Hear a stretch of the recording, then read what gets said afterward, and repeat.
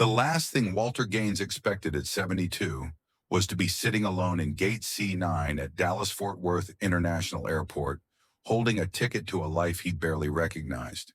The terminal hummed with a sterile energy, the rolling thunder of suitcase wheels, and endless stream of boarding calls. Overhead, flat screens looped muted weather updates and celebrity headlines. No one noticed the elderly man sitting in a faded olive jacket, a Vietnam-era pilot's patch barely visible at the shoulder. His gray slacks hung a bit loose, his once polished boots scuffed and cracked. On the seat beside him rested a worn cedar box about the size of a loaf of bread, tied with fraying twine. Walter's hands rough-lined, capable once of guiding aircraft through fire, and darkness trembled slightly in the chill of the air conditioning. Inside that box was all that mattered: letters, medals, and a small folded flag that had draped his son's coffin just 8 months ago. Jason, he thought. God, I should have done better. I should have been there. But guilt traveled faster than any plane. The ticket in his pocket wasn't for a sightseeing trip. It was a last chance to see Emily, his granddaughter Jason's child, now 9 years old. Walter had never met her. After years of silence following Jason's death, Emily's mother, Catherine, had finally sent a brief email. "If you'd like to come meet her, now would be the time." It wasn't much, but it was more than he deserved. He looked at the clock. Flight 1812 to Portland, boarding in 20 minutes. He exhaled slowly, watching younger passengers bustle past, oblivious to the man carrying the weight of a lifetime in a small box. A voice startled him. "Sir, are you all right?" Walter looked up. A gate agent, mid-20s, crisp uniform, glanced down at him, polite but distracted. "Yes," Walter replied, voice gravelly but steady. "Just waiting." The agent nodded and moved on. Walter reached down and adjusted the twine on the cedar box, his fingers brushing the cool wood. This was his symbol. The flag inside had flown over his son's final mission in Kandahar. It was all he had left. The announcement came pre-boarding for passengers needing assistance. Walter stood feeling the old ache in his hip from an injury decades past. He joined the short line. A young couple ahead whispered and giggled. "Look at him," the man muttered. "Looks like he's moving house in that box," Walter heard. He'd heard worse. Silence, he'd learned, carried more dignity than argument. The plane, an aging Boeing 737-800, smelled of coffee fuel and the faint tang of recirculated air. Walter moved slowly down the aisle. Eyes flickered his way. Someone sighed loudly as he paused to lift the cedar box onto the seat beside him. 12F window seat. He eased down, wincing slightly, and placed the box carefully on his lap. He rested one hand atop it, thumb tracing the grain. The flag inside had once flown proud and high. Like him. "Excuse me, sir," a voice broke through. Walter looked up. A boy, maybe 10, sandy-haired with a bright green hoodie, was peering over from the aisle. "I like your patch," the boy said. "Were you a pilot?" Walter blinked, surprised. "Yes," he replied softly. "A long time ago." "Cool," the boy grinned. "My grandpa flew helicopters. He says the sky's the best place in the world." Walter's throat tightened. "He's right." The boy's mother tugged his sleeve. "Come on, leave him be." But the boy glanced back once more before taking his seat, eyes shining with curiosity. Walter gazed out the window. The tarmac shimmered beneath a hot Texas sun. For the first time in months, a crack of warmth seeped through the armor of grief. Someone had seen him not as a relic, but as a man who had once mattered.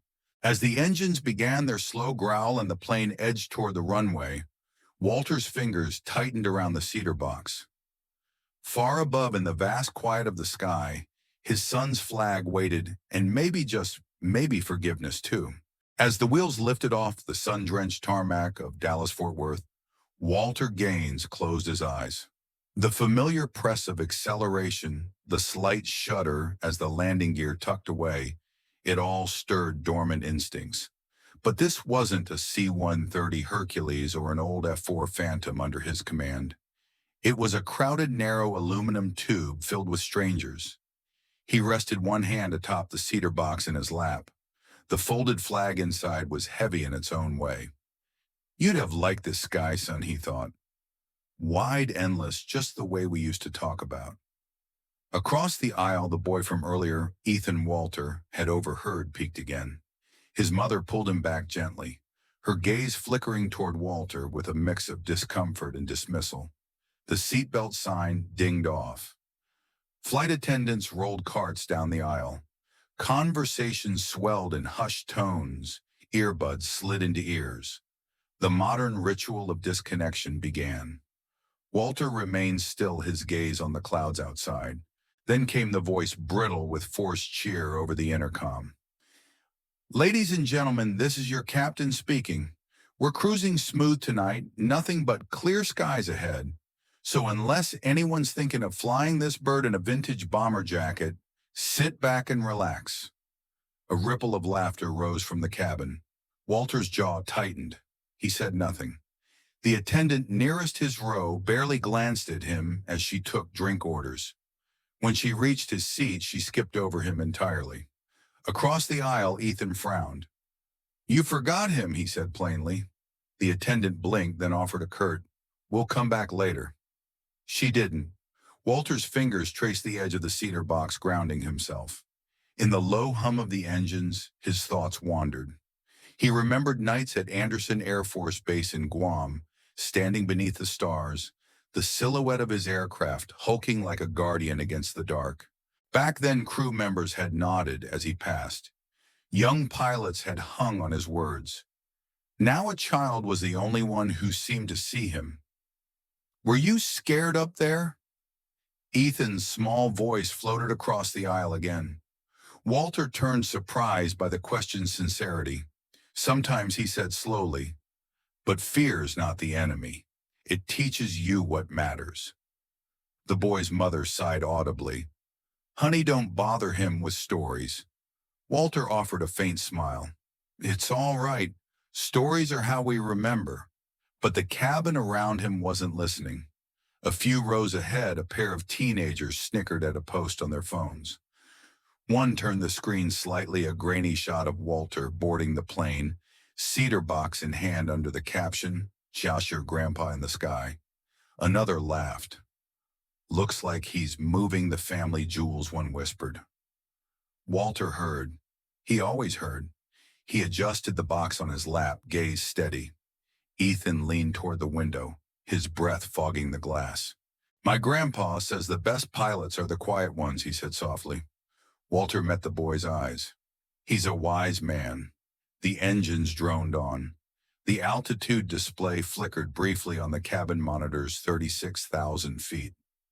Walter felt the familiar tension in his shoulders, the readiness that never left a pilot, even long retired. In his mind, he wasn't in a cramped commercial seat. He was back in the cockpit checklist, in hand eyes scanning endless sky. But here in this world of touchscreens and hashtags, that life seemed like a forgotten language. You're going to fill his head with fantasies, Ethan's mother muttered under her breath. Walter said nothing. Instead, he looked at Ethan and spoke gently. Sometimes, son, the truest stories wear old clothes. Outside, the sun broke through the cloud cover, bathing the wing in gold. Walter placed his palm against the cedar box, feeling the echo of an old engine's vibration in his bones. I flew for the ones who trusted me, he thought. Not for the headlines, not for applause. And for the first time in years, beneath the murmur of the indifferent cabin, a quiet ember of purpose flickered once more. The cabin lights dimmed as the plane chased the line between dusk and night. Outside, the last streaks of sunlight bled into deep indigo. Walter Gaines shifted slightly in his seat, the worn cedar box steady beneath his palm. Beside him, Ethan dozed with his head against the window. Across the aisle, the boy's mother scrolled through her phone, oblivious to both her son and the old man in 12F. Walter stared out into the night. Up here, where the earth fell away, was where he had once belonged.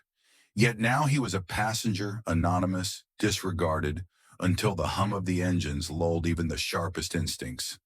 Then it came. A sudden, sharp jolt, the plane lurched downward with a gut-twisting dip. Gas rippled through the cabin. A water bottle toppled from a tray table. Somewhere a baby wailed. Walter's fingers tightened on the armrest, muscle memory kicking in. Another violent shudder. The overhead bins rattled. The lights flickered. Then the sound no one wanted to hear, ding. The oxygen mask dropped with a mechanical hiss. Instant chaos. Shouts and curses erupted. Passengers fumbled for the dangling masks, pulling them over their faces with shaking hands. The intercom crackled, the voice uncertain. "Ladies and gentlemen, we ask you to remain calm. We are experiencing a technical issue." A pause, a catch in the speaker's breath. "The captain has encountered a health complication and is unable to resume control. The co-pilot is attempting to stabilize the aircraft." The words hung in the cabin like ice. Walter sat upright, heart steady, mind racing. He could feel it. The yaw was off the pitch, unstable. They were losing their trim. "We are requesting assistance from any qualified personnel on board. If there is anyone with piloting experience, please notify a crew member immediately." The cabin fell into stunned silence. People looked around wide-eyed and pale. A businessman barked, "We're going to die." His wife pulled him down. And then a voice broke through the panic, high and clear. "Him!" It was Ethan, now standing on his seat, pointing toward Walter. "He flew big planes. He was a pilot." Every head turned. Some passengers scoffed. One young man near the front sneered, "That old guy, he can't even walk straight." But Ethan stood firm. "I'm serious. He told me stories. Real ones." Walter looked around at the sea of frightened faces. He'd seen fear before in his crew and his own reflection. But this was different.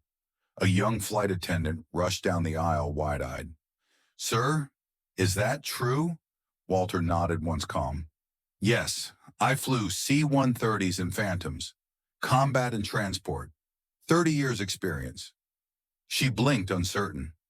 "Can you help us?" Walter exhaled slowly. The weight of years vanished beneath the clear voice of duty. "I can try," he said firmly. The attendant opened the gate to the cockpit. "This way." Walter rose slowly, joints protesting.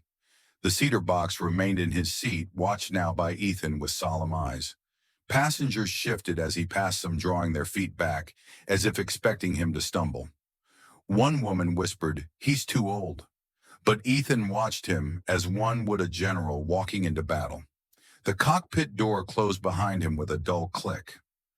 For a moment, Walter stood still, absorbing the hum of the instruments, a language long absent but never forgotten. The young co-pilot, pale and sweating, looked up from a flickering console. "You the guy?" Walter nodded. Captain Miller collapsed. "Autopilot's failing. Cabin pressure's unstable. We're drifting." Walter's voice was steady, commanding. "Slide over." The co-pilot hesitated a beat, then obeyed. Walter eased into the left seat, his seat hands hovering over the controls. "Let's disengage the autopilot. Manual override. I'll take the stick." "You sure?" the co-pilot asked. Walter's fingers moved with practiced ease. "I was always sure in the air." Outside the windshield, the sky was a roiling darkness. The aircraft trembled beneath his touch. But as Walter wrapped his hands around the yoke, the years fell away. The old instincts surged to life.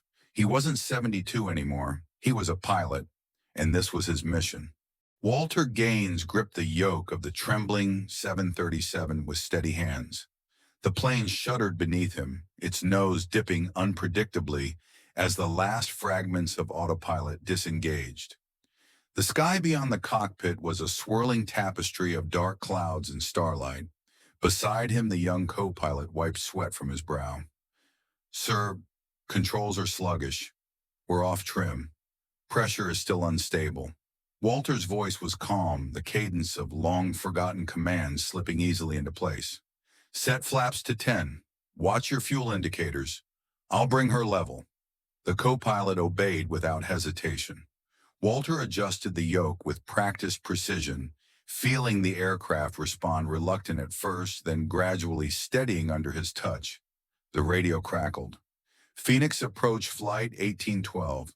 You're drifting east, of course. Identify. Walter pressed the comm button. This is Walter Gaines, acting pilot. Former USAF requesting emergency vector. Co-pilot incapacitated. Captain unresponsive. A pause. Captain Gaines, it's an honor, sir. You're cleared for emergency descent. We'll guide you in. You have priority on all runways. The co-pilot glanced at him wide-eyed. You really flew combat. Walter's gaze didn't leave the horizon. Son, I flew machines twice this size in skies twice as dangerous. Keep your mind on the gauges. Back in the cabin, the atmosphere had shifted. Passengers who had laughed now sat in stunned silence. The businessman who had scoffed earlier stared ahead, his knuckles white on the armrest. And in 12F, Ethan sat, ramrod straight eyes, shining with belief.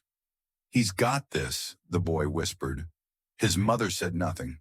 Her phone lay forgotten in her lap. The intercom crackled again. Ladies and gentlemen, this is Walter Gaines. We have stabilized the aircraft. I will be executing an emergency landing at Phoenix International. Please remain calm and follow crew instructions. He paused. And to the young man in seat 12F, thank you for speaking up. A collective breath seemed to exhale through the cabin. Tears welled in some eyes. Hands grasped, seatmates' heads bowed in silent hope. Walter guided the plane into a controlled descent. Flaps 15, speed brakes armed, he instructed. Flaps 15 set, speed brakes armed. Outside the cockpit, the red beacons of runway 27R gleamed through scattered cloud. Captain Gaines, ground cruiser ready, winds light from the south. You're clear to land. Copy that, Walter replied. The landing gear engaged with a reassuring thump. At 3,000 feet, he trimmed the aircraft, the feel of the controls now as familiar as breath. At 1,000 feet, the lights of Phoenix spread below a quilt of safety and civilization. At 500 feet, Walter spoke softly. Remember your training. No panic, just precision. The co-pilot nodded, voicing steadier. Ready, sir. The wheels kissed the tarmac, a smooth, controlled touchdown. No bounce, no wobble, just the sure hand of a man who had done this countless times before. As the plane slowed to a crawl, an eruption of cheers and applause filled the cabin. But Walter barely heard it. His focus remained on the task, guiding the plane safely to the taxiway, systems powered down, controls locked. He leaned back, exhaling a breath he hadn't realized he'd been holding. Beside him, the young co-pilot stared in awe. You just saved over 200 people. Walter shook his head. I did what I was trained to do. That's all.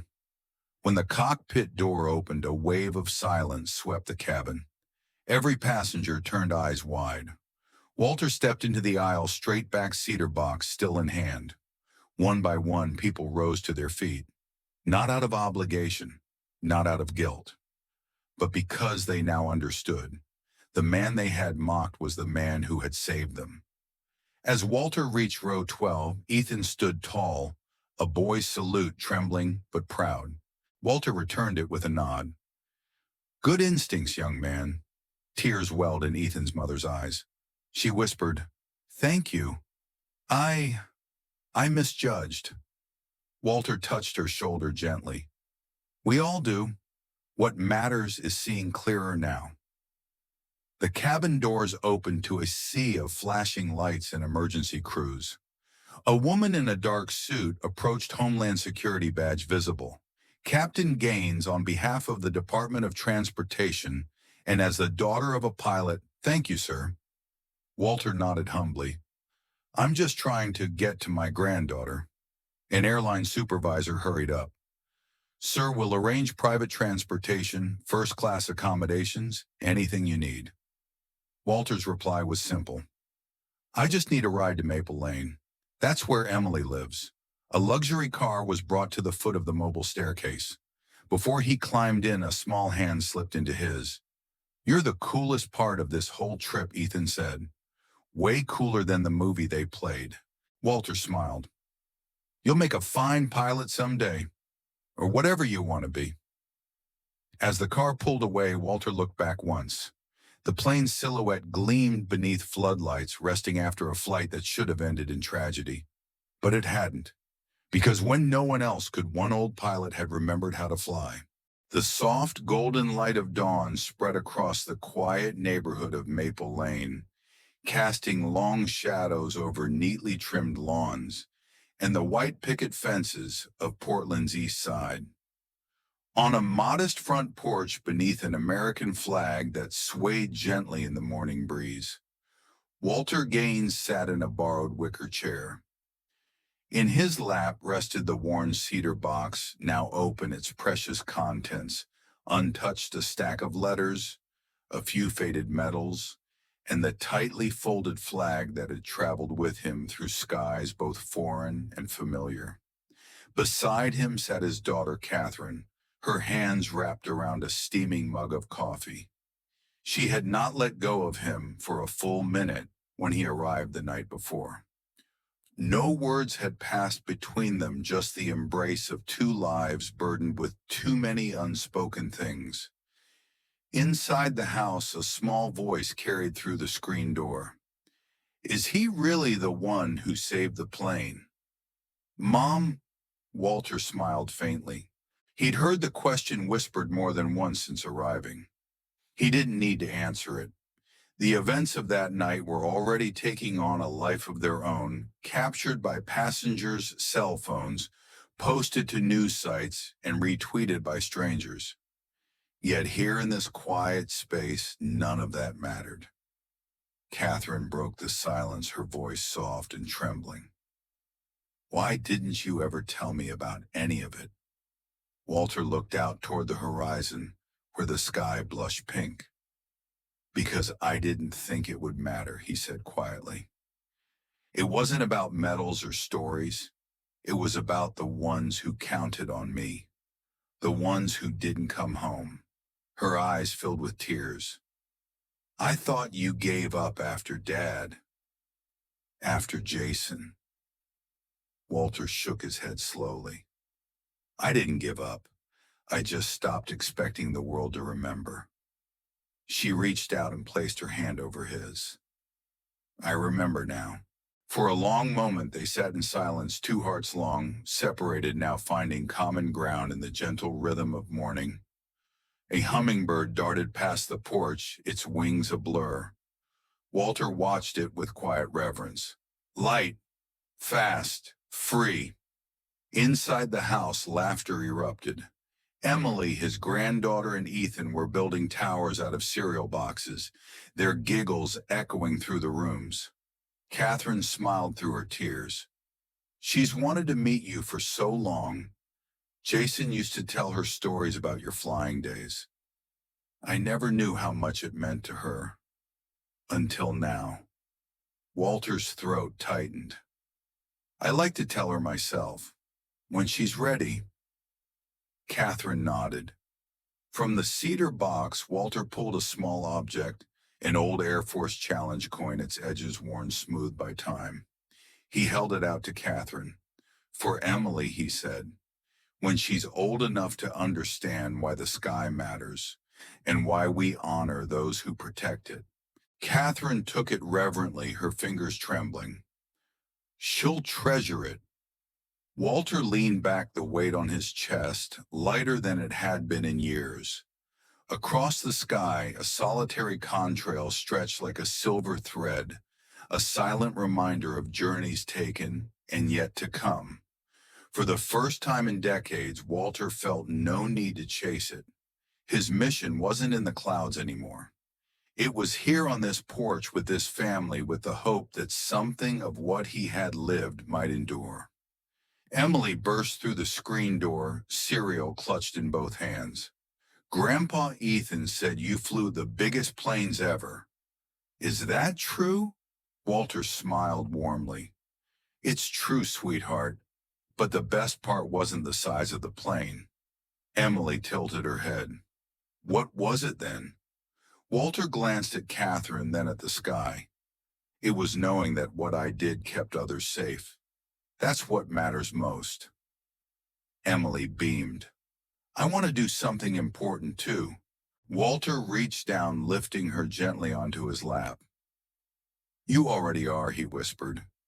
And as the sun rose higher over Maple Lane, casting light upon a family reborn, a quiet legacy took root, not in headlines or medals, but in the hearts of those who would carry it forward.